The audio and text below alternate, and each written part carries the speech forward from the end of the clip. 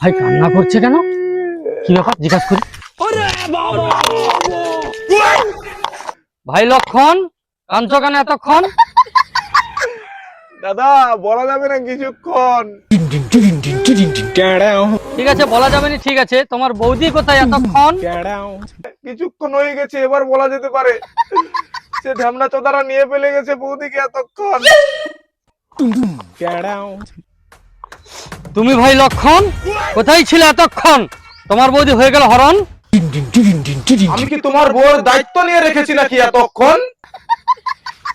দাদা রাম, তুমি যখন বৌদিকে কর্ষণ চুম্বন করেছিলে তখন কি লক্ষণকে বলেছিলে, ভাই লক্ষণ তুমি করো কিছুক্ষণ?